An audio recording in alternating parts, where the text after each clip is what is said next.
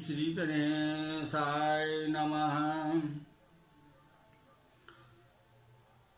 शान्ताकारं भुजगशयनं पद्मनाभं सुरेशरं विश्वाधारं गगनसदृशं मेघवर्णं शुभाङ्करं लक्ष्मीकान्तं कमलनयनं योगिभिर्ध्यानं गम्यं वन्दे विष्णुं भवहरं सर्वलोकैकनाथनं।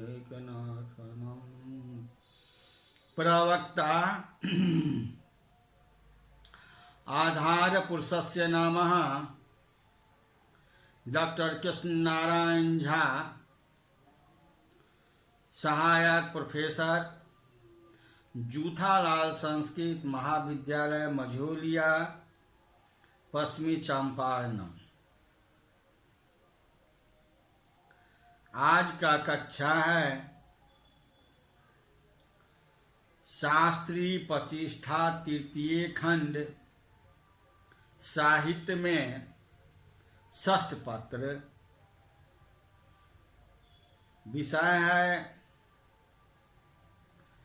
वस्तुनिष्ठ प्रश्नोत्तर। वस्तुनिष्ठ प्रश्नोत्तर यानी छोटा प्रश्न का प्रश्नों का उत्तर, जिसे 20 अंक के विश्वविद्यालय द्वारा पूछे जाते हैं शुद्ध उत्तरम के रूप में। गत वर्ष के कुछ प्रश्न पत्र की हम आपको अवलोकन कराते हैं। शास्त्री प्रतिष्ठा तृतीय खंड में जो षष्ठ पेपर है और षष्ठ पेपर कैसे हुआ, शास्त्री तृतीय खंड में षष्ठ पेपर कैसे हुआ, यह जानकारी लीजिए। प्रतिष्ठा विषय 8 प्रपत्र के होते हैं, जिसमें शास्त्री प्रथम खंड में प्रतिष्ठा विषय 200 का होता है और द्वितीय शास्त्री प्रतिष्ठा द्वितीय खंड में 2 पेपर का आप लोगों ने परीक्षा दिया होगा, तो 2 + 2 4 हो गया। अब शास्त्री विषय शास्त्री प्रतिष्ठा तृतीय खंड में 4 विषय प्रतिष्ठा के होते हैं और 2 विषय अनिवार्य के रूप में लिया जाता है।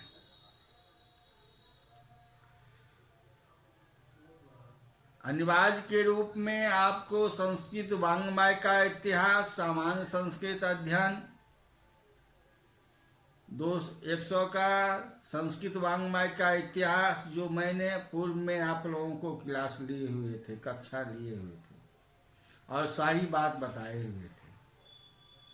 अब शास्त्री प्रतिष्ठा तृतीय खंड में 4 विषय होते हैं, जो 4 विषय में यह प्रथम पद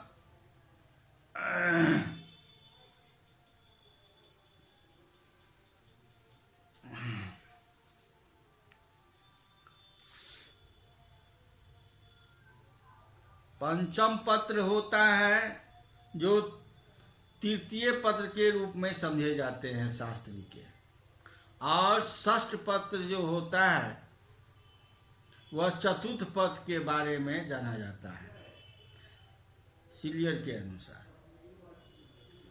तो षष्ठ पत्र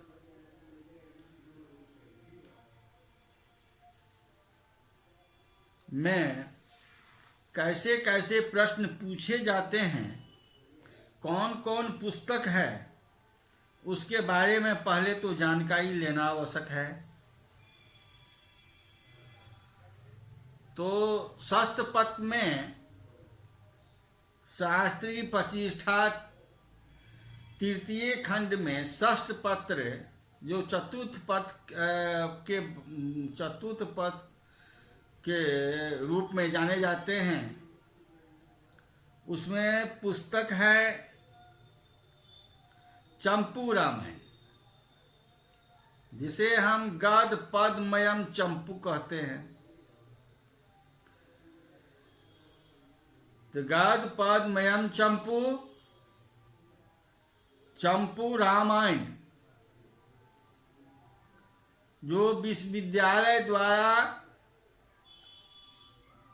60 अंक की निर्धारित की गई है, और आलोचनात्मक प्रश्न इसमें 20 अंक के एक प्रश्न, 3 प्रश्न का जवाब देना होता है, जो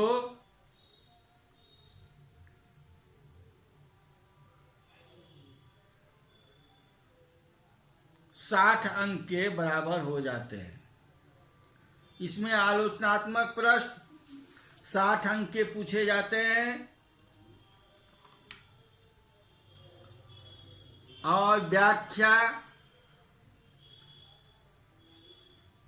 10-10 अंक के 2 व्याख्या पूछे जाते हैं, और इसमें दूसरा पुस्तक भी है, सुलोचना माघवम। तो इसमें सुलोचना माघवम पुस्तक विश्वविद्यालय द्वारा जो निर्धारित किए हुए 40 अंक की है। तो इसमें भी आलोचनात्मक प्रश्न 20 अंक के एक पूछे जाते हैं, और अनुवाद अर्थ 5 नंबर के 2 प्रश्न पूछे जाते हैं, और व्याख्या 10 अंक के एक पूछे जाते हैं। इस तरह 40 का ये विभाजन है। ये तो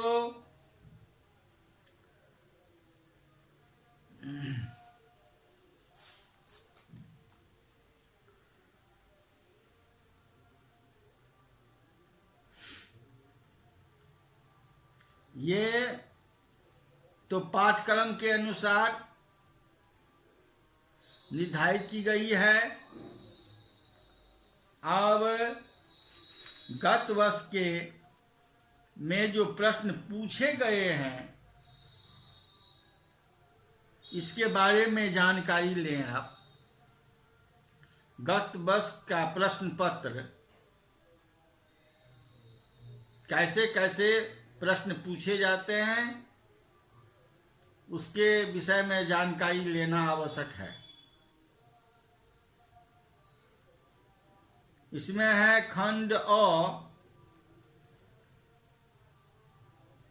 इसमें 3 खंड हैं।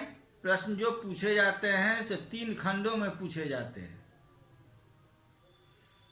तो खंड हो गया अ, खंड हो गया ब, और खंड हो गया स। ये 3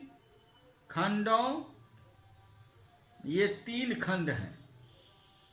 अब चलते हैं हम खंड अ पर।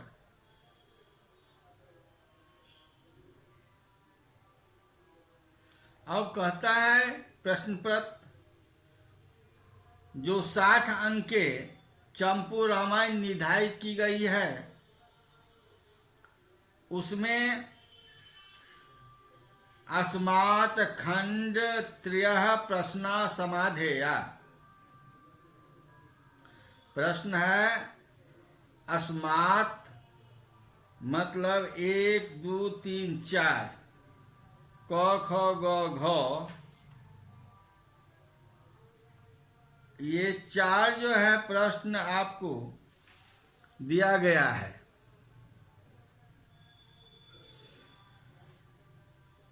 ये चारों प्रश्न में आपको 3 का जवाब देना है, जो 20 अंक के एक हैं, 60 अंक है। जैसे इसे हम आलोचनात्मक प्रश्न के रूप में जानते हैं। तो चंपू रामायणस्य महत्वं प्रतिपादयत्। पहला प्रश्न है चंपू रामायणस्य महत्वं प्रतिपादयत्, यानी चंपू रामायण के महत्व का प्रतिपादन कीजिए, समीक्षा कीजिए। दूसरा है चंपू रामायणस्य बालकांडात् गतं कथासारम लिखत। चंपू रामायण के अनुसार बालकांड का कथासार लिखें। अब घ है अधोलिखिति गद्यांशो अनुधूतम। गद्य देख दिया गया है, इसमें उसका हिंदी अनुवाद कथा सारांश लिखें आप। तो इस तरह का ये 4 प्रश्न आप लोगों के समक्ष रखा है। आलोचनात्मक प्रश्न के रूप में इसे जाने जाते हैं। तो ये 60 अंक का में आपको जवाब देना होगा। अब चलिए खंड व, इसे लघु उत्तरीय प्रश्न के रूप में जाने जाते हैं। यह प्रश्न जो है सुलोचना माधव के पुस्तक से लिया गया है। द्वे उत्तरम देय। ये नंबर 2 जो है सो 4 प्रश्न दिया गया है। इसमें से 2 प्रश्न आप लोगों को लिखना जरूरी है। पहला प्रश्न है तो सुलोचना माधवस्य चंपू काव्यत्वं प्रमाणयत्। सुलोचन माधव के चंपू काव्य में प्रमाण क्या है।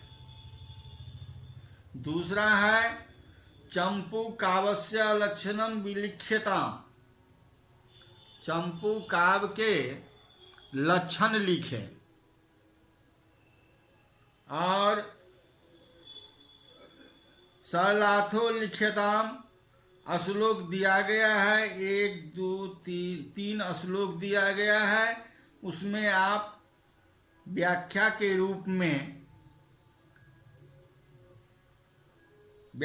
रूप में इसे आप जानकारी दें। अब है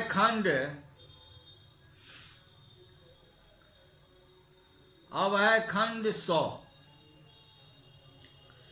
इसमें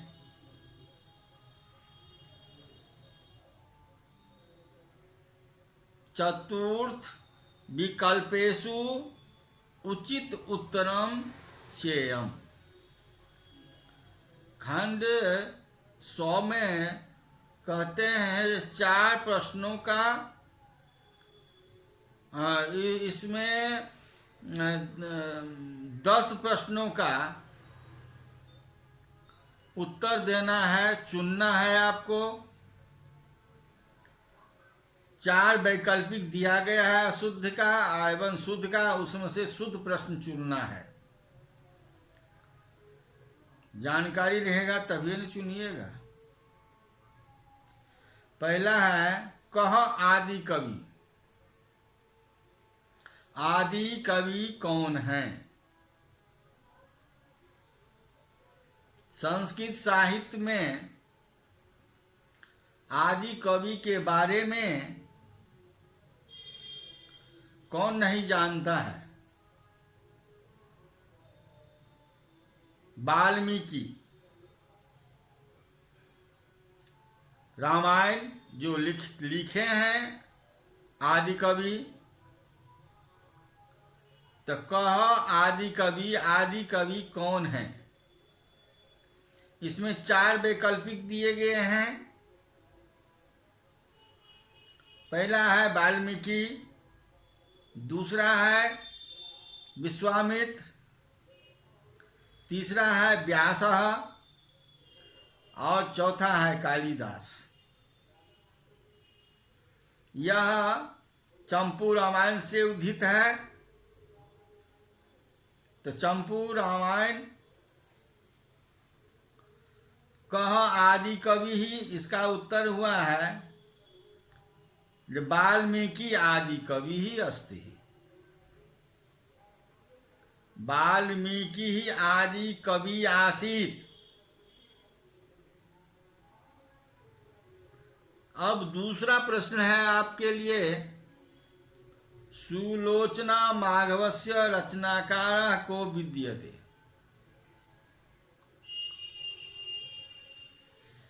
सुलोचन माघवस्य रचनाकार सुलोचना माघ जो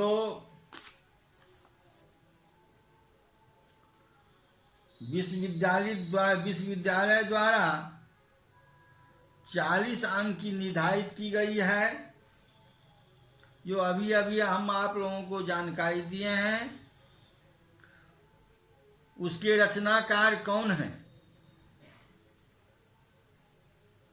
इसमें 4 वैकल्पिक है।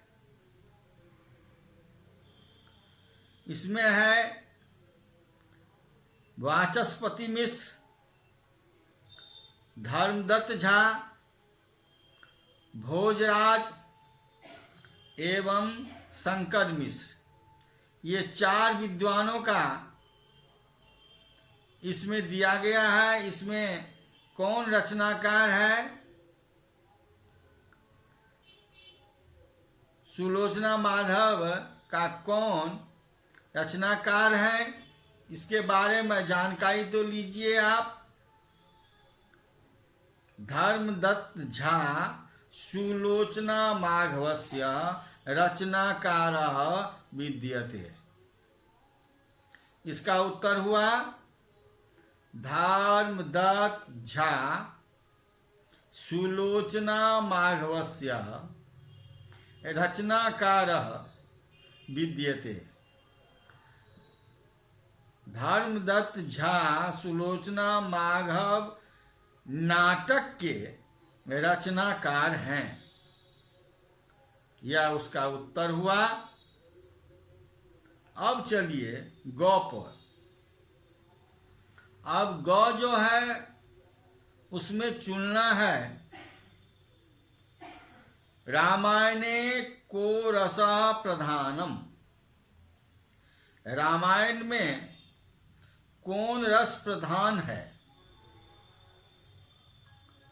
रामायण में कौन रस के बारे में आप लोग अवश्य जानते होंगे। रस कितने प्रकार के होते हैं,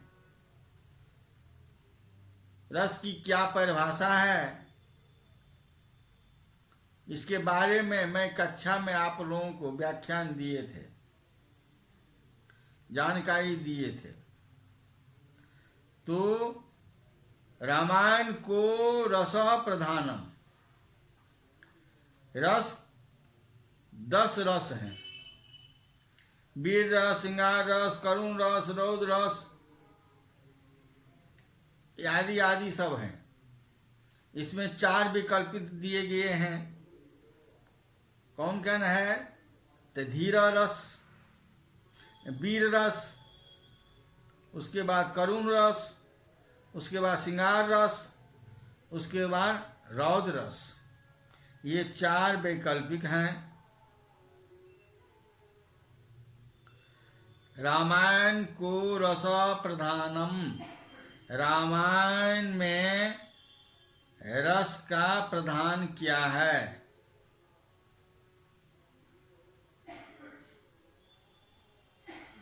तो इसमें करुण रस है। रामायण में करुण रस प्रधान रस है।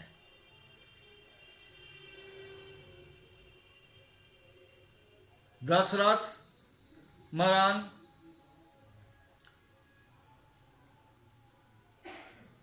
प्रधान रस है। इसके बाद अंत में भी, रामायण के अंत में भी माता सीता जब पृथ्वी में समा रही है, करुण रस के रूप में वहां प्रधान देख रहे हैं। और मंदोदरी की विलाप, रावण की विलाप, जब रावण के मारे जाते हैं, करुण रस के अंतर्गत ही टोटल कुल है।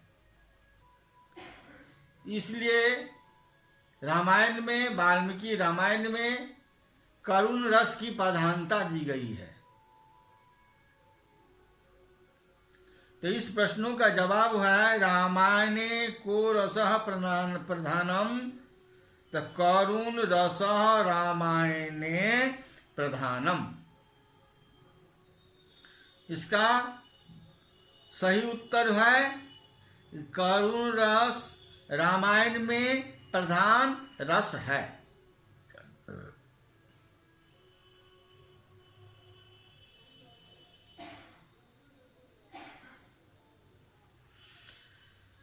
अब धर्मदत्त झा चंपू रामायण में जो लिखे हैं, इसमें कर्ता कौन है, ये प्रश्न पूछ रहे हैं।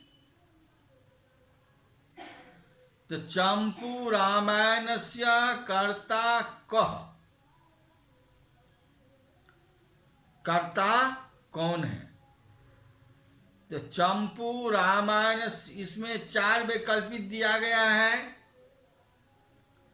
पहला है भवभूति, दूसरा है भोजराज सार्वभौमः, और तीसरा है भट्ट नारायण, और चौथा है माघ।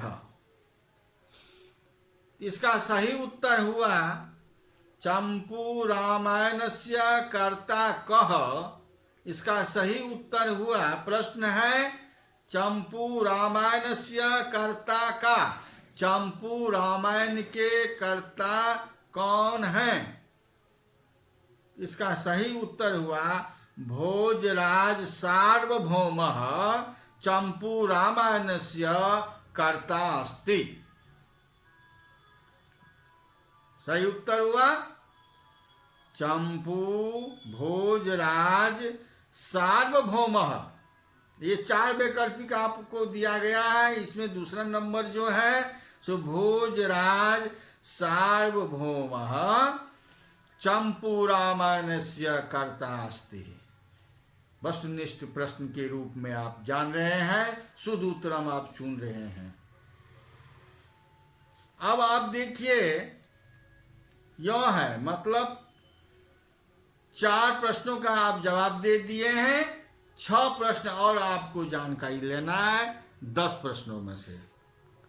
आदि काव्यम किम मन्यते, आदि काव्य जो हैं तो क्या मानते हैं आप, कैसे मानते हैं? इसमें 4 वैकल्प है, वेद समुदाय, रामायण, पुराण, गीता। इनमें से चारों में से इसका सही उत्तर है रामायण। रामायणम आदि कवि मन्यते। शुद्ध उत्तरम हुआ रामायणम आदि काव्यम मन्यते। रामायण आदि काव्य माने जाते हैं। 4 प्रश्न आपको हो गया। अब चलिए चंपू काव्यम भवति। अब प्रश्न पूछ रहा है चंपू काव्यम भवति, चंपू काव्य कैसे होता है, तो इसमें 4 विकल्प दिया गया है। गद पदमयम चंपू, पदात्मक चंपू और ऊंचे वा से विभक्तम और गद्यात्मक। तो ये कैसे हैं, ये 4 हैं। चंपू रामन मैं पहले ही आपको बराबर कहते आते हैं, गद पद मयम चंपू काव्यम। गद पद, जिसमें गद और पद मिश्रित दोनों हो, इसे हम चंपू काव्य कहते हैं। तो इसमें इस प्रश्न का उत्तर हुआ जो गद पद मयम चंपू काव्यम भवति। और चलिए, माघवस्य प्रीतिनाम आसीत्। माघ जो कवि हैं उसके पिता के नाम क्या थे? पहला है विक्रम, उसके बाद है कृष्ण, उसके बाद है राम, उसके बाद युधिष्ठिर। इसका सही उत्तर है विक्रमः। तब विक्रमः माघस्य पितृनाम आसीत्। इसका सही उत्तर हुआ विक्रमः माघवस्य पितृ नाम आसीत्। इसका हिंदी रूपांतर हुआ विक्रम माघ कवि के माघवस्य पितृनाम आसीत्। अब चलिए, सुलोचनाया मातु नाम आसीत्। सुलोचना के माता का क्या नाम था? इसमें 4 वैकल्पिक है, सुशीला, सावित्री, मैत्री, राधा। तो सुशीला नाम शुद्ध उत्तरम, सुशीला सुलोचनाया मातु नाम आसीत्। अब चलिए, मा निषाद पचिष्ठा त्वं गमः शाश्वती समा यत क्रौंच देक मवधि काम मोहितम। अर्थात यह श्लोक किसके मुंह से निकले हुए थे, किस कवि के मुंह से? वशिष्ठस्य पहला है, वाल्मीकि, चनवनस्य, ब्राह्मणः। जब रामायण की उत्पत्ति, इनकी प्रेरणा दी यही श्लोक ने वाल्मीकि जी को। तो कैसे श्लोक दिया? जब 2 क्रौंच के पक्षी आपस में प्रेम विलाप कर रहे थे, एक व्याधा ने आकर उन्हें मार दिया बाण। तो तड़प रही है दोनों।